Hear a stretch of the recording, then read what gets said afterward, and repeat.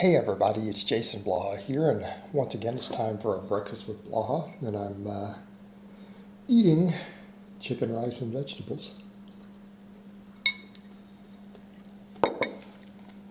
It's possibly ironic given the topic, but today I'm going to answer a question that people bring up, something that people say.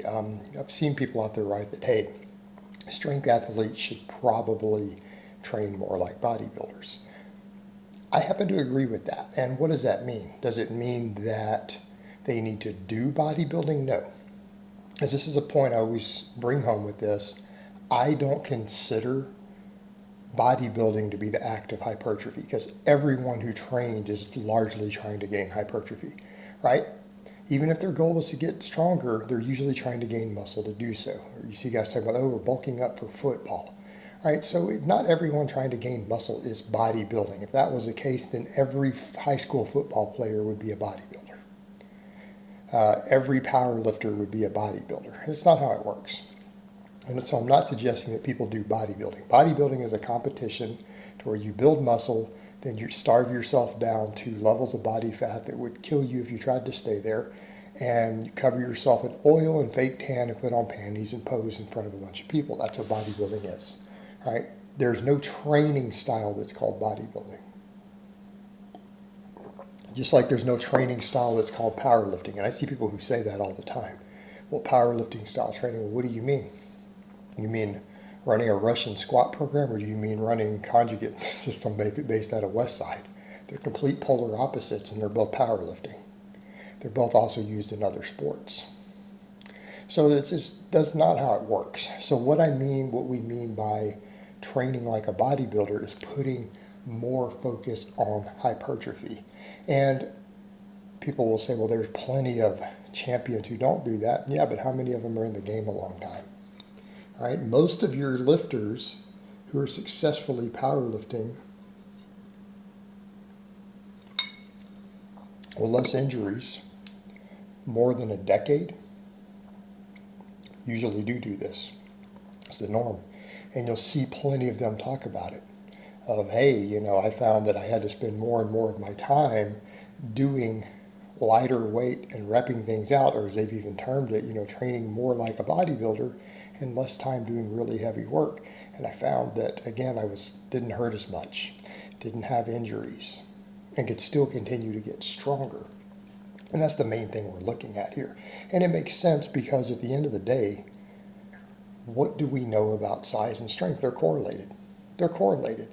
85 to 90% of your personal strength comes directly from your muscle mass. For you as an individual, with your personal leverages and your personal muscle fiber distribution, it is the biggest thing that you as an individual, for any one person, can do to get stronger, is to put on muscle, right? And to maximize muscle.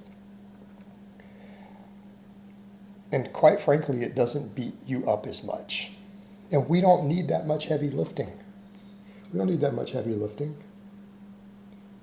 How often do you guys see me lift heavy? 2 to 3 lifts a week. You see my clients do.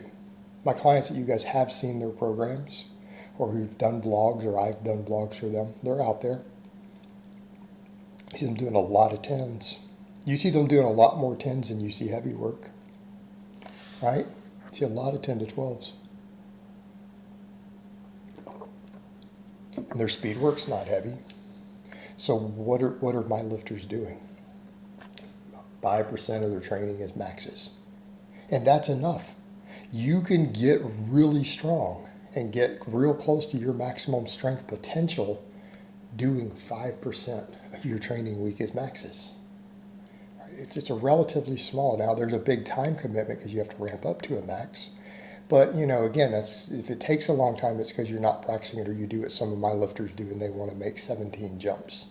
Well, you didn't need to do 17 singles. Why did you do 17 5-pound jumps? You could have just came in and did three heavy benches and been done. All right, 15 minutes. But, again, this is coach getting annoyed. But I digress, back over to the point. 5%. What's the rest of our training? About 20% speed work. right? 20 to 25% speed work. Speed work's not heavy. Speed work's easy to recover from. Speed work does not beat you up in any way. It doesn't impact your joints negatively. Your tendons don't hurt from it, right?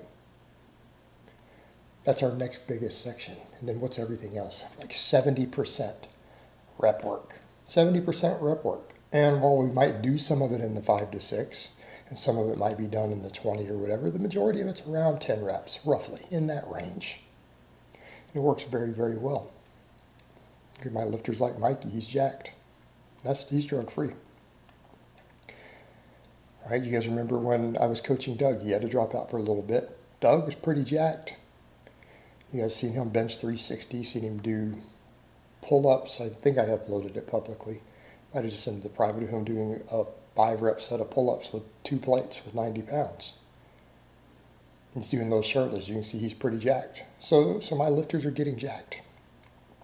This keeps our injury rates lower, and it lets us get better body composition, because body composition matters. And I mean, and again, if we're going to be honest about it, and this is the way you've seen the sport of powerlifting go, how many powerlifters today, how many powerlifters do you see today who you look at and they actually have impressive physiques?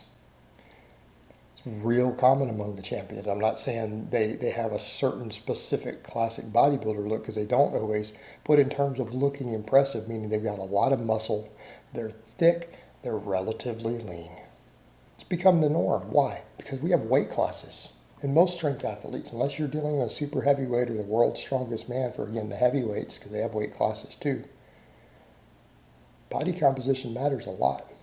And if you can maximize your muscle and then minimize your fat inside of a weight class, you're going to perform better, because muscle lifts more weight than fat. Yes, we know that body fat can help on the squat. It can help on the bench press. It hurts you on the deadlift, by the way.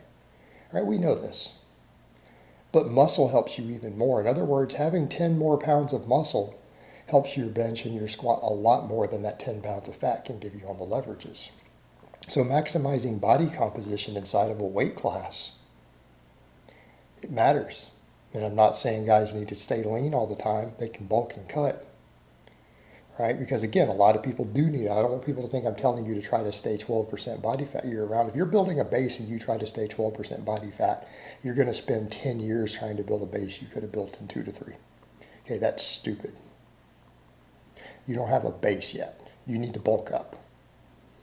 And you don't need to be afraid to get to 18 or 20% body fat doing so. Because if you need to build a base, you need to build a base. You can trim it off later. But what I'm saying is, as you get more advanced with this, yeah, caring about body composition is going to make you a better athlete. It's going to make you a lot better. You're going to be healthier. You're going to get hurt less. All right, guys. Well, that's really all I have to say on that today. I hope it's been informative, and I will talk to you guys next time.